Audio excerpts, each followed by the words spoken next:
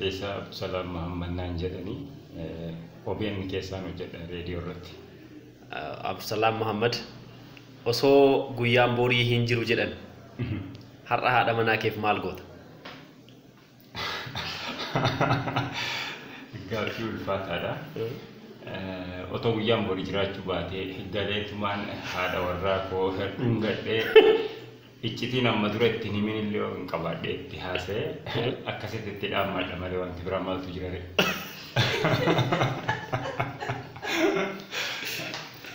Ayyee gaaffii biraa. Tole.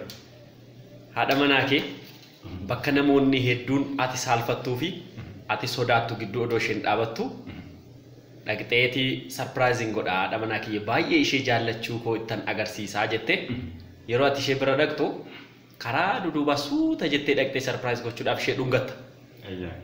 Yoo sitti galagaltu haadha manaa kee miti haati manaa kee bakka biraa dhaabattee si ilaalaa jirti akkam taate? Homaa rakkoon qabu gaa dhiifama waan gaafadhee dhiifama naaf ni gooti jedheetumaan abdii godha malee natti mufatti jedhallee yaadu akkaan isii jaalladhu waan beektuuf. Ayyee kan ati dhungatte sunoo maal sin jetti? Sanaas taanaan gaa dhiifamumaan gaafadhaniiti konatti fakkaatteetumaan si dhungadhee jedheetumaan dhiifama gaafadha malee maaliin gochuu danda'a? Baay'ee ulfaata garuu. Ayyee Abdusalaam kun hin fuunee haa jennu ijoollee sin qabu haa jennu. Jaalallee garuu qaba. Jaalallee isaa baay'ee jaallata. Bakka tokkotti ni beellama.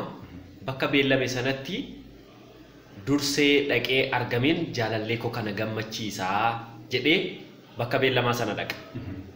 Yoo bakka beellamaa sana dhaqu jaalallee inni beellamatee dhaqe sun jaalallee ishee duraanii waliin bakka beellamaa dursitee teessee taphachaa jirti. Maaltu sitti dhaga'ama?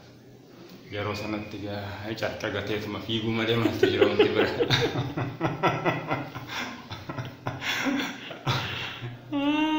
Tole gaaffii biraa. Tole. Jaalallee tokko ammas Abdusalaam akka haadha manaaf ijoollee hin qabneetti yaadna. Jaalallee tokko ni jaallatta itti himuu sodaatta baay'ee rakkatta isheetti himuudhaaf sababa isheetti barnoota illee hin dhaabdaa maatii irraatii adda baata aarsaa hedduu kaffaltaaf. Boodarraa namni dhaqee inni bar waan si jaallatuuf akka kana ta'ee jedhee isheetti himaan. Isheen illeen wayii aan illeen bar baay'een jaalladhaan akkatti isatti himuun dhabe malee jetteeti fiigdee dhuftee si jaallachuu ishee sitti himti. Sarpiraayizii adda ta'e himatumtisa. Ergasuu ati baay'ee gammaddeeti maatii kee bira deemtee akka isaan gaa'ela isinii raawwataniif maatii kee eeyyamsiifta.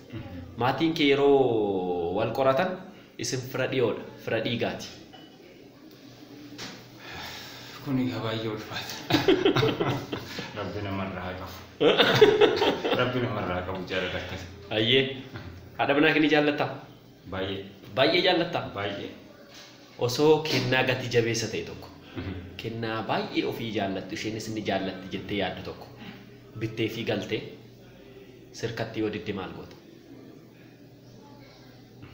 Waan natti dhaga'amu maal jedhee hasiibsu hammam akka hamileen kiyya cabu.